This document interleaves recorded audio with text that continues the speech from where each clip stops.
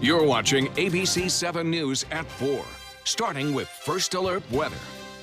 Good afternoon. It's Friday. Finally, we made it. The weekend is here, and looks like some cooler temperatures too are in store. We had a few showers around this morning, a few this afternoon, and you can see some rainfall on some of the lenses on some of the tower cams across the area. This one showing some beachgoers out there. The clouds moved in this afternoon, and then a few showers dancing across parts of the Sun Coast, and now the sun trying to pop up out there at Holmes Beach, and it looks like we'll see just a few showers this evening, so it doesn't appear that we're going to have much of a problem with football Friday night or any outdoor activities. A few showers in progress right now. The actual cold front still well back to the northwest of us, but those winds are starting to pick up, and rip currents are a big issue right now. You can see that rainfall pushing east of I-75 along Fruitville.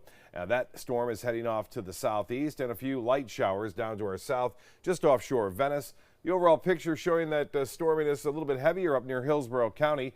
But right now, not much out there in the Gulf of Mexico. The front moves through tonight. Winds do turn more northwesterly, and that will cool things down. Now, you can see those clouds starting to thin out, too. So Saturday looks to be pretty good. We'll see a mixture of sun and clouds. Sunday will be the best of the 2 days. There's a slight chance for a few residual showers, but that rain chance really quite small. You will notice a big difference in that humidity as lower dew point temperatures are expected. So rip current advisories in effect, clearing and cooler for the weekend, and it looks as though we will see the next cold front Friday. So we're going to stay in this fall pattern.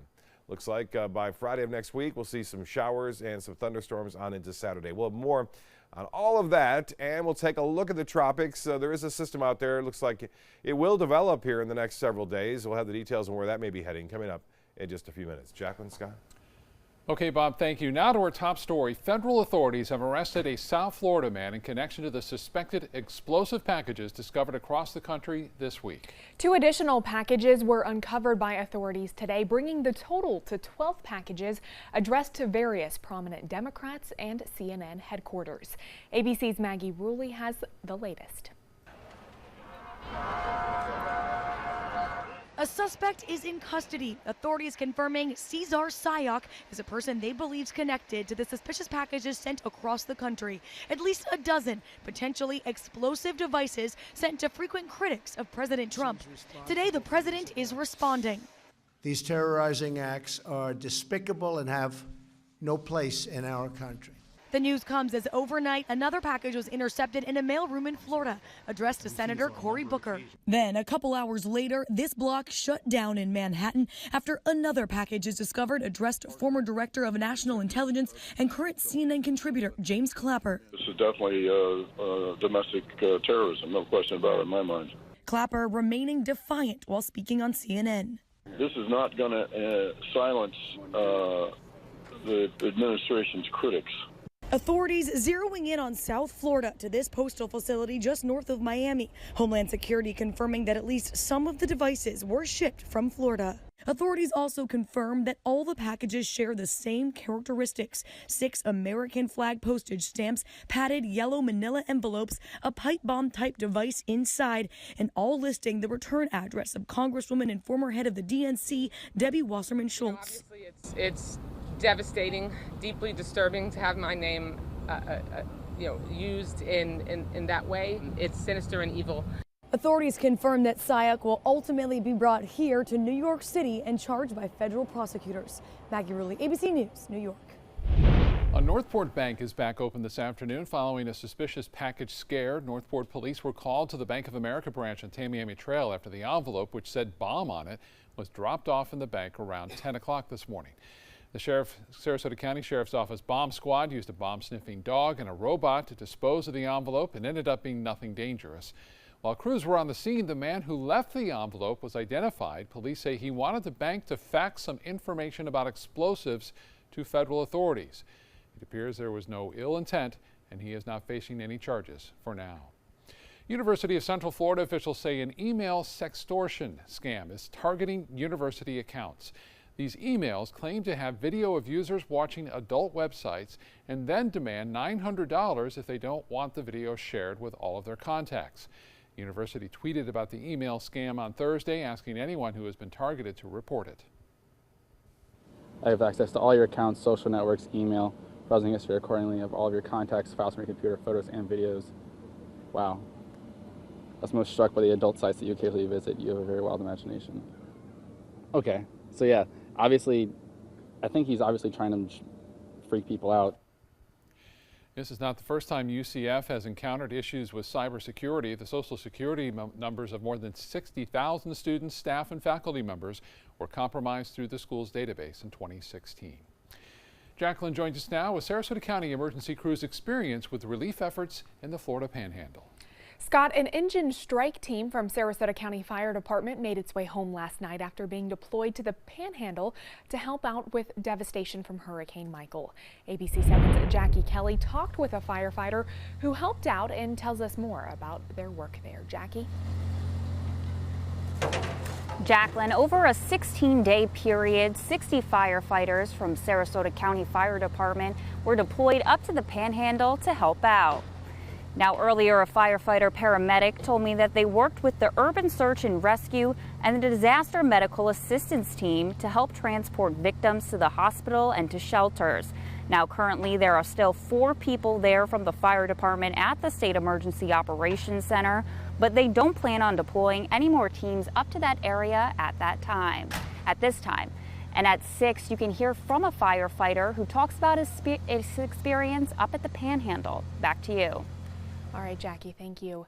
Sarasota County Sheriff's Office now has a new tool available to keep you connected. They have released a new app for your smartphone. Using that app, you can submit a tip, access the 911 call log, get alerts to your phone, and even see who's in jail. You can find that app now in the Apple and Google Play Store. All you have to do is search for Sarasota County Sheriff. The migrant caravan heading north toward the U.S. may be facing a new hurdle. Hundreds of troops are expected to be sent to stop them. 2 caravans of men, women, and children are marching through southern Mexico. Some are about 1,000 miles away from the U.S. President Trump says they should return home and apply for citizenship like millions of others. And the sad thing is, like, okay, if 99% of them are wonderful people who are desperate and 1% of them are going to go commit some heinous act of violence, that's still reason to stop the caravan. Sources say the troops will be there to support civil authorities but can defend themselves if needed. Border Patrol officers will lead the effort to stop illegal migration. Still to come, local voters will have a variety of ballot referendums in the November 6th election, including the extension of Sarasota County's Legacy Trail. Plus, we'll tell you where you can see Democratic gubernatorial candidate Andrew Gillum in Sarasota tomorrow morning. And a deep-sea expedition captures on camera a rare sighting of a creepy underwater creature. America was built on a love for the outdoors. We are a nation of sportsmen, blessed with magnificent natural resources. With broad interests across water and field, we are united in our devotion to nature and conservation. Join us every week for the best shows celebrating the outdoor lifestyle. Outdoor America. Live free. This weekend on the ABC 7 live stream. Blue 32, Blue 32, hot, hot. It's the Gatto Gridiron Challenge. The game's on to sell 2,000 vehicles. 12 teams compete for the #1 spot. Score a great deal at every Gatto dealership.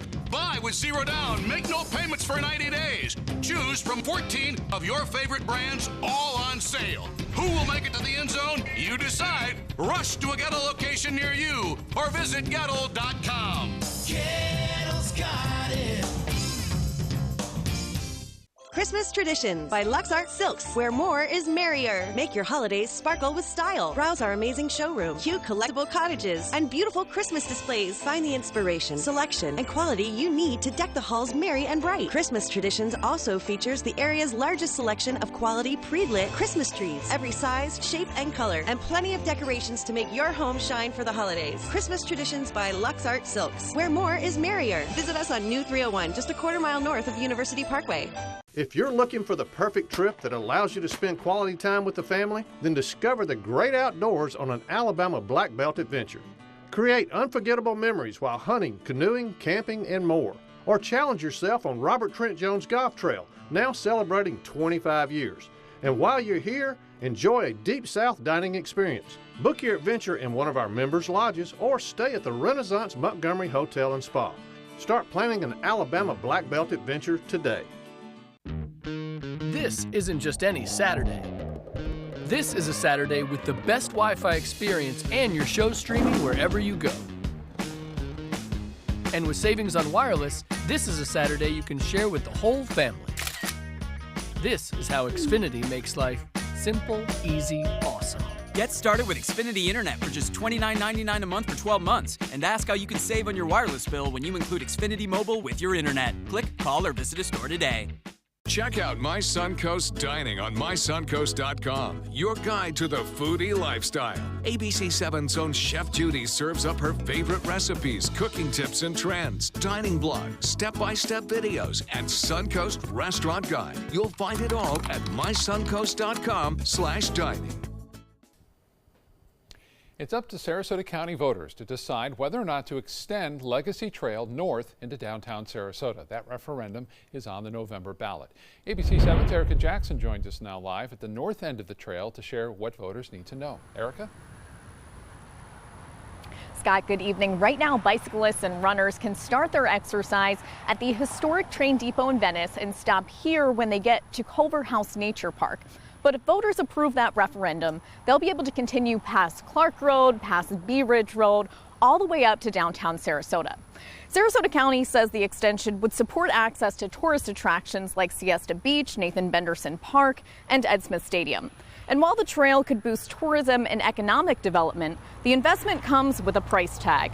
According to the county's Park and Recreation Department, the extension would cost $65 million, resulting in a millage increase of $16 per year for taxpayers with a $200,000 property.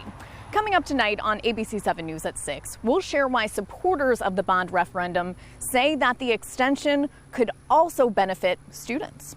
Reporting live in Sarasota County, Erica Jackson, ABC 7, your Suncoast News. All right, Erica, thank you. Democratic gubernatorial candidate Andrew Gillum joined by more than 100 students from Florida State and Florida A&M universities today as they marched to early voting locations. Gillum spent the day traveling to several college campuses across the state, urging Florida's youngest voters to cast their ballots. Gillum telling students the only way Democrats will win back the governor's mansion for the first time in 20 years is if college-aged voters show up. The way you make good on a demand is by showing up and letting an elected official know that you have the power to put them in office or the power to take them out of office. That is the power that you have. People always just think that it's like this huge hassle and time out of your day, but it's really such an easy and rewarding experience. I think that kids have strong opinions. Gillum will be in Sarasota tomorrow morning to help promote Souls to the Polls. He'll be at the Bethlehem Baptist Church on 18th Street in Sarasota from 9 until 12. As of this morning, more than 2 million voters have already cast their ballots in the battleground state of Florida, and so far Republicans have the edge. New statistics released today show that nearly 560,000 people have voted early this week alone. Additionally, nearly 1.5 million people have voted by mail. Nearly 870,000 GOP voters have cast ballots so far, compared to slightly more than 808,000 Democrats. Let's get back to Jacqueline now in the newsroom with what's trending today. Scott, an extremely rare sighting of a ghostly octopus left deep-sea explorers entranced. Take a look. Check it out. It was all spotted in the deep waters off of California, and it is called a Grimpoteuthis. It's also known as a Dumbo octopus. Don't let its cartoonish looks fool you, though. This little cephalopod can be pretty fierce. Experts say the small octopus can actually swallow its prey whole. Crew members of the exploration vessel posted video of that spooky sighting online just in time for Halloween. Pretty interesting. Well, what you're seeing here is a 2,400-year-old shipwreck found at the bottom of the Black Sea. For 3 years, members of the Black Sea Maritime Archaeology Project used advanced technology to map almost 800 miles of the sea floor. It was there that they discovered the remains of a ship believed to have been a Greek trading vessel dated back to 400 BC. That makes it the oldest known shipwreck in the entire world. That discovery was made in 2017, but the team only recently shared those images with the world. Now imagine driving down the freeway and seeing this rolling toward you. Drivers were forced to make some quick moves to avoid this spool that was rolling down the freeway in Houston, Texas. Traffic was stacked up during lunchtime as crews cleared that huge debris off the road. Pretty scary situation right there. Well, it's somewhat common to see therapy dogs roaming the hallways of hospitals, but at a medical center in Green Bay, Wisconsin, there's a different four-legged animal making the rounds. For 10 years, Rosie and her owner have visited Wisconsin hospitals, and doctors say patients' faces light up when Rosie comes galloping in. Oh. Look at her eye. Look at its ear. Mary. Hello. How are you? I'm doing better. Well, you're There's looking Rosie. good. Oh my goodness, that is just too adorable. Well, Sue hopes to keep visiting the medical center with Rosie for years to come. Now, therapy animals can offer much needed emotional support for those with physical ailments. Let's send it back to Chief Meteorologist Bob Harrigan for a look at our first alert weather forecast. Bob? Yeah, it's a cute story. I know we have a lot of folks here that bring in dogs as well to some of those retirement centers to give a little bright to the day. We have had a lot of brightness this afternoon as a result of some clouds moving in. There's a cold front over the panhandle of Florida. It's stretching right across the central Gulf of Mexico. It hasn't quite moved in here yet. We've had some prefrontal showers. We're not expecting a lot of rainfall from this front now. It looks like things are really drying out in front of it. So as far as temperatures go, for lows to start things off tomorrow, we'll be in the low 70s. Highs tomorrow, right around the 2 o'clock hour, upper 70s. So it should be a nice, mild day. We'll see the sunshine at times. There'll be a few clouds, and there's a chance for a few passing showers. But Sunday is the day you're going to notice the big difference in temperatures. Look at this, down into the low 60s, even some upper 50s, and some inland areas expected to start things off on Sunday with a bit of a breeze. It'll make it feel a little bit chilly out there. And on Sunday afternoon, we'll warm up only into the mid to upper 70s. So it will be a kind of a cool fall weekend. You'll notice a big difference there. It is windy right now. The big concern, obviously, is the rip currents. That could be a problem up and down area beaches right now. That west wind and northwest wind will lessen somewhat throughout the day tomorrow, and the seas will slowly come down as well. Right now we're looking at 2 to 4 foot seas in the morning, a little less in the afternoon and evening. Those winds will become more northerly on Sunday night, and that will allow us to, actually Saturday night, Sunday morning will allow us to see temperatures drop down into the upper 50s to low 60s. And then Sunday looks absolutely outstanding with lots of sunshine.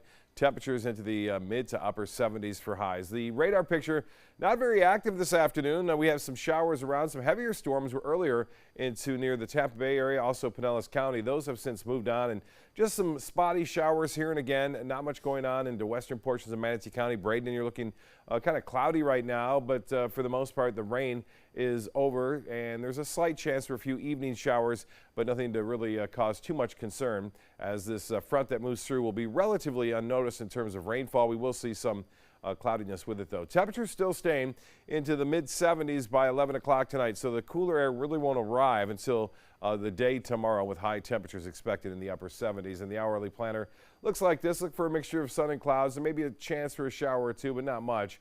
Temperatures warming into the upper 70s, which is finally below average, and it looks as though a rip current advisory is in effect as far as the headlines go, and we'll see a clearing and cooler for the weekend, especially on Sunday. The next cold front due to move in is Friday of next week, and looks like Saturday could be pretty wet next Saturday, not this Saturday so much. This is the Futurecast showing some of that cloudiness hanging around now and again. Not a lot, but we'll see some.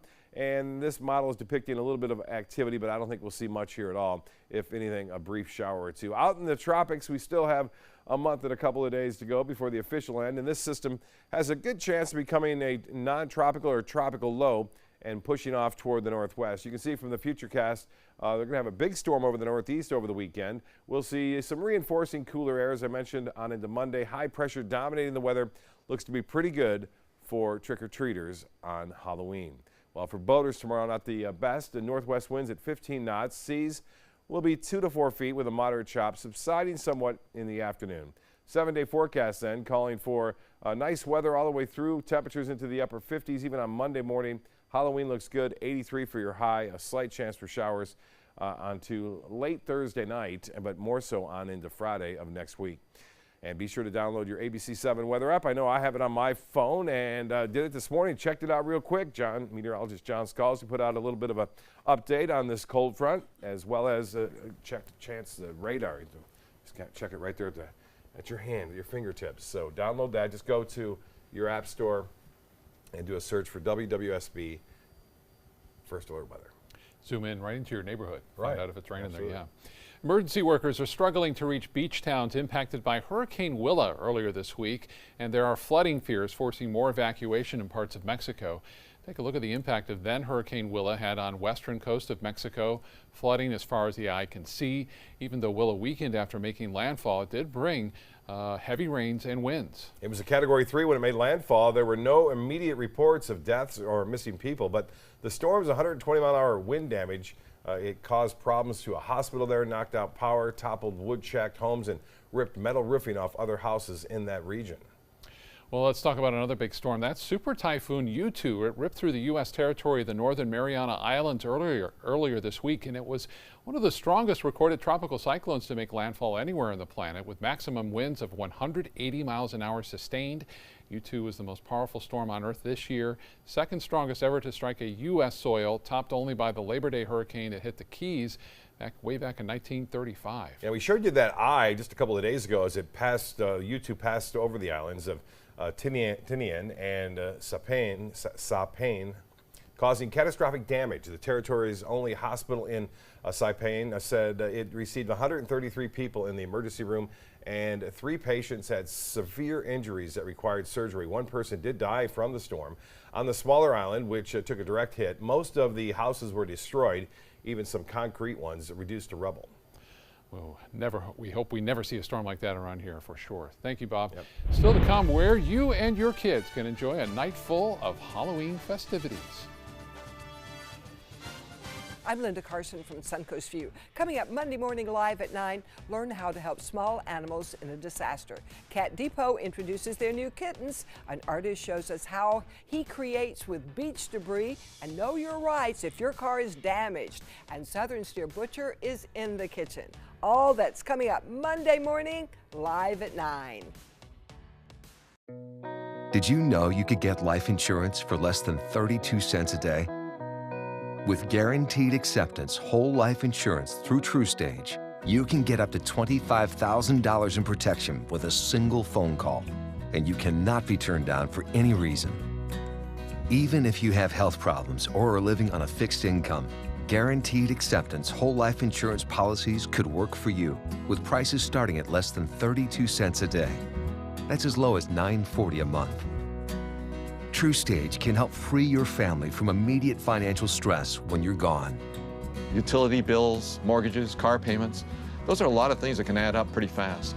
My mom didn't have life insurance and the cost all fell on me. And that's expensive. We're still paying for that. Yeah, we're still paying for that. Call 1-800-218-4991 now. In one phone call, you can help prepare your family with protection amounts up to $25,000. There are no medical tests or health questions. And remember, you cannot be turned down for any reason. In fact, TruStage policies are already protecting over 18 million Americans. And rates are designed to be affordable, starting at less than 32 cents a day. That's as low as $9.40 a month. Plus, your price will never increase and your benefit will never decrease. When I leave, everything will be taken care of for them. Call 1-800-218-4991 now for a free, no-obligation quote. TruStage offers plans to fit your budget with prices starting at less than 32 cents a day. Help protect your family from immediate financial burdens after you're gone with Guaranteed Acceptance whole life insurance through TruStage. Call 1-800-218-4991 now. Hello, Mom. Amanda's mom's appointment just got rescheduled for today. Amanda needs Right at Home. Our customized care plan provides as much or as little help as her mom requires, whether it's a ride to the doctor or help around the house. Oh, of course. Tom, I am really sorry. I've got to go. Look, call Right at Home. Get the right care right at home. ABC 7 News at 7 weeknights. Your last chance for 2018 Honda Accords on sale is now during our model year-end sale. Drive new Accords for just $249 a month. Get an Accord, the North American car of the year, for less than the competition. With more standard features than Camry, Honda Sensing, multi-angle camera, turbocharged engine, and more. New Accords, just $249 a month. Your last chance for Accords, all on sale this week at your local Honda dealer. Northport's annual trick-or-treat event at City Hall is almost underway. Parents can take the kids to a fun, safe Halloween activity tonight. Trick-or-treating starts at 5. It goes until 8 o'clock. And the Sarasota County Sheriff's Office is also sharing some reminders to help keep our trick-or-treaters safe ahead of Halloween week. Try to trick-or-treat in groups. Never allow small children to visit a door without a trusted adult. Teach children not to approach vehicles. And parents should always accompany trick-or-treaters no matter how old those children are. Let's get back to Jacqueline in the newsroom for a look at some of the other stories we're working on for you tonight. Scott, President Trump has signed what he calls a landmark bill to help fight opioid addiction. Coming up at 5, we'll hear how these changes could combat drug use right here on the Suncoast. And at 6 o'clock, a Manatee County bus driver is being called a hero for saving the life of one of her passengers.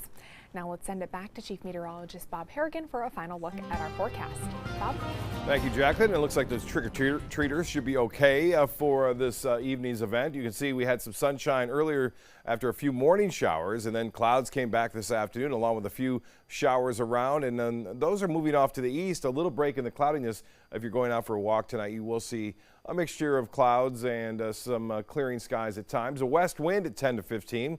And the sunset will be at 6:52, and looks mostly cloudy, kind of breezy out there along the coastline. I mentioned the rainfall. It's pretty heavy up in Pinellas County and near Tampa, but that since moved off to the east. We have a few brief showers now near Venice. This may skirt by Northport, but we're not seeing any lightning with these storms at all. They're just too small and not that much lift with them right now, as the main energy has passed well to the north of us now. A few showers well to the east of I-75. Not much going on right now. A few showers, as I mentioned. This one more than likely will stay south of Northport, but don't be surprised by a brief shower or two. That would be about it, and that chance is fairly small. Well, much more in the forecast coming up at 5. Scott? All right, Bob, thank you. Thank you for joining us at 4. See you again in about 30 minutes.